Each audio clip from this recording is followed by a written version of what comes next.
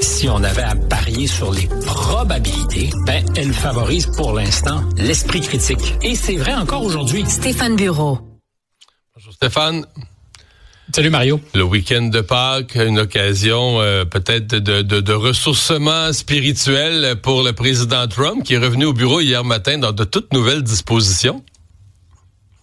Oui, est-ce que c'est donc un ressourcement spirituel ou c'est peut-être une analyse du marché financier?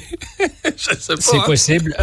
Il a dit nombreuses fois que la bourse, par exemple, ne l'intéressait pas et qu'il n'allait pas regarder ce qui s'y passait pour juger de la pertinence de ses politiques. Et je peux croire que c'était partiellement vrai. On a vu que le marché obligataire, c'est pas la bourse. Et ça peut faire plus mal parce que c'est les intérêts qu'à terme paient les Américains, le gouvernement, pour sa dette monumentale. Et il y avait un bras de fer. Lundi, quand on s'est parlé, on a été beaucoup occupé, évidemment, par la mort de François, le pape. J'aurais voulu qu'on parle de Jérôme Powell et du président parce qu'il est revenu là-dessus hier.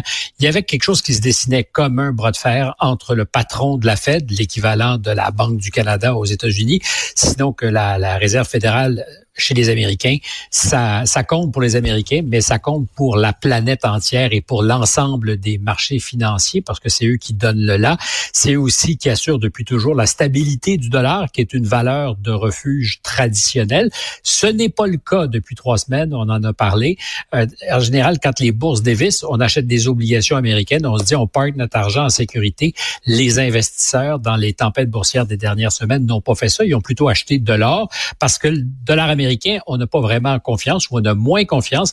Et un des facteurs qui venait miner cette confiance, c'était les relations très difficiles entre le patron de cette banque centrale, Jérôme Powell, et le président Trump, patron qu'il a d'ailleurs nommé dans son premier mandat. Mais ça fait des semaines qu'il dit il n'en fait pas assez, devrait réduire les taux d'intérêt, rendre le crédit plus facile. Je comprends. Mais je pense que le président est doublement frustré parce que Powell ne fait pas ce qu'il souhaiterait, ce que tu viens de dire, baisser les taux d'intérêt. Mais de surcroît, Powell explique son refus de baisser les taux d'intérêt à ce moment-ci, ce qui était prévu, là. Il devait baisser les taux d'intérêt en 2025. Il explique donc son changement de cap en mettant le blâme sur Trump, en disant, là, avec les tarifs, c'est inflationniste. Donc Trump, non seulement il fait pas... Non, sans jamais le nommer. Mais tu sais, quand même, donc pour Trump, non seulement le gars fait pas ce qu'il veut, mais en plus, il met ça sur le dos à lui.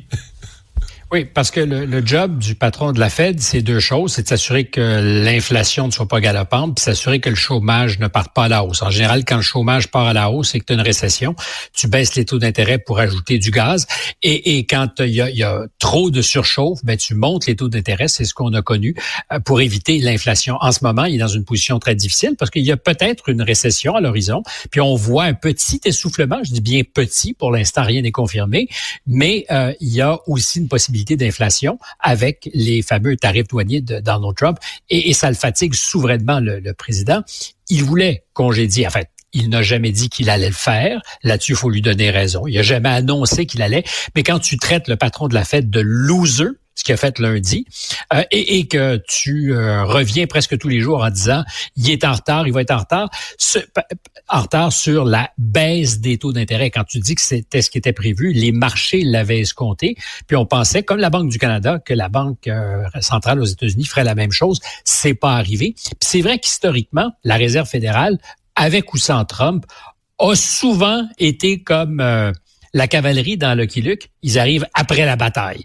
Ils ont raté beaucoup de rendez-vous. Le dernier en date, c'était évidemment quand M. Powell lui-même disait que l'inflation en 2021, c'était un phénomène transitoire. On est tous capables aujourd'hui de constater que ça n'a pas été transitoire, ça a fait mal, mais beaucoup à nos portefeuilles. Et s'il l'avait attaqué dès le début, peut-être que l'inflation aurait monté moins haut, aurait causé moins de dommages.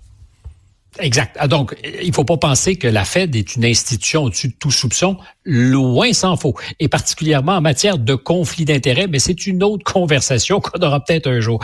Mais là, qu'est-ce qui se passe?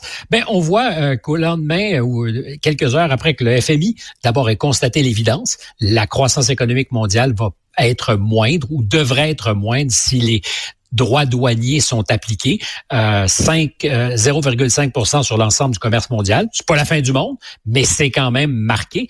Mais une des principales victimes de cette décroissance ou de ce ralentissement, c'est les États-Unis. Le FMI dit que l'activité économique va être en réduction de 0,9%.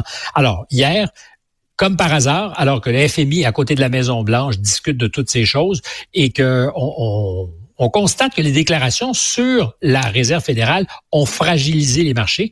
Le président sort en disant, savez-vous, peut-être que je vais garder le patron de la Fed. J'ai jamais annoncé que j'allais m'en débarrasser. Puis je vais aller jusqu'au bout de son mandat en mai de l'année prochaine. Ça a calmé, mais dangereusement, les marchés. On l'a vu ce matin en Asie, puis ça risque d'être vrai dans quelques heures. Et surtout, la guerre avec la Chine, il faut la désescalade. Ça a été d'abord le secrétaire au Trésor qui l'a annoncé. Trump l'a à peu près confirmé derrière.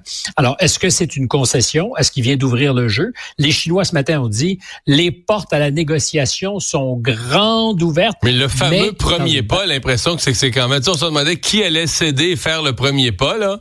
C'est comme un couple en chicane, là. Qui va appeler l'autre le premier? On a l'impression que c'est les États-Unis qui ont fait le premier pas, là. Ils n'ont pas levé le téléphone, mais en tout cas, il y a des signaux de fumée qui sont sortis derrière la Maison-Blanche. Je sais pas qui a allumé le feu. Probablement M. Bessent, le secrétaire au Trésor.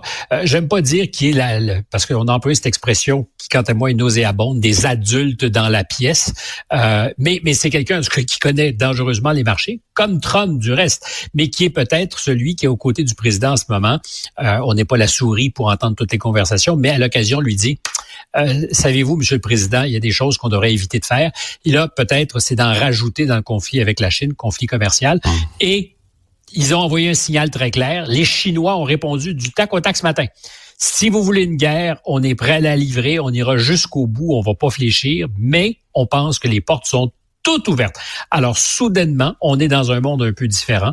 Et si on avait à parier, c'est que les marchés, ce matin, à 9h30, vont ouvrir à la hausse de 2 à 3 %. C'est des fluctuations, d'ailleurs, statistiquement, que ça bouge de 2 à 3 % à la hausse ou à la baisse. Une fois par mois, c'est déjà exceptionnel. Là, c'est presque 2 fois par semaine depuis un mois et demi. C'est, je dirais, non, mais la bourse est complètement folle. Je veux dire, c'est ça, mais c'est parce que... la bourse va au rythme des déclarations d'un homme qui en fait beaucoup. Là. C'est assez spectaculaire. Mais quand M. Trump dit qu'il regarde pas la bourse, je suis assez d'accord avec toi que c'est n'importe qui gouverne, c'était pour faire des réformes, puis qu'il y a une période d'instabilité, puis c'est que ça amène une correction boursière, puis ça va remonter après. T'es pas supposé t'énerver avec ça. Mais il semble qu'à la Maison-Blanche, Trump a l'obsession, la crainte d'une espèce de 1929, c'est-à-dire d'un crash boursier qui soit si gros que ça passe à l'histoire, là, que dire que dans 50 ans, on reparle encore, tu sais, les grandes dates de la bourse de 1929, 1987, 2025, et que la face de Trump dans l'histoire, ou l'image de Trump dans l'histoire, ça soit associé à un des moments les plus sombres de l'histoire de la bourse de New York. Et ça, je pense que ça y déplaît beaucoup, là, c'est lui qui est très soucieux de sa place dans l'histoire. Il veut passer à l'histoire comme le plus grand président qui aura rebâti le pays. Il veut pas être associé à un crash boursier historique, là. Non. Et le problème avec les cracks boursiers, c'est que il y a un certain nombre de facteurs que tu contrôles pas. À partir du moment où il y a la confiance qui s'évapore, c'est presque un château de cartes. Alors, ça repose évidemment sur de réelles choses, c'est-à-dire les chiffres d'affaires des entreprises qui constituent les indices boursiers, mais c'est aussi la confiance. Et la confiance, c'est hyper fragile. Et à partir du moment où tu tires sur ce fil, tu sais jamais où ça peut s'arrêter. Et en ce moment, il n'y a pas de raison économique fondamentale. C'est-à-dire que les économies aux États-Unis comme ailleurs dans le monde vont assez bien. Donc, c'est une crise de confiance qui mine d'abord et avant tout. Puis à partir du moment où tu dis collectivement, puis c'est ce qui s'est passé, des gros fonds d'investissement européens qui ont retiré leurs billes des États-Unis et qui ont converti en euros ou dans d'autres monnaies asiatiques l'argent, ce qui fait que le dollar américain est malmené, c'est qu'il y a beaucoup de milliards et d'investisseurs majeurs qui retirent leurs billes du marché américain. C'est ça la confiance. Et un crack boursier, ça pourrait être le simple fait qu'il y ait une absence de confiance. Tu te réveilles un matin, tout le monde a le même réflexe en même temps. On est un peu lemming comme investisseur. Et là, tu prends la mesure des choses. Et c'est très difficile parce que le pire engendre le pire avant que le meilleur arrive. Ou le moins pire arrive. Et je peux pas imaginer qu'il soit favorable à ça. Son orgueil, quoi qu'il en dise, évidemment, serait malmené par une affaire pareille. Au-delà de ça, c'est aussi la vérité économique. De pareils cracks, même si c'est à la bourse, ça finit par avoir un impact dans l'économie réelle. Sur l'économie réelle, oui, absolument. Merci beaucoup, Stéphane. Bye bye, à demain.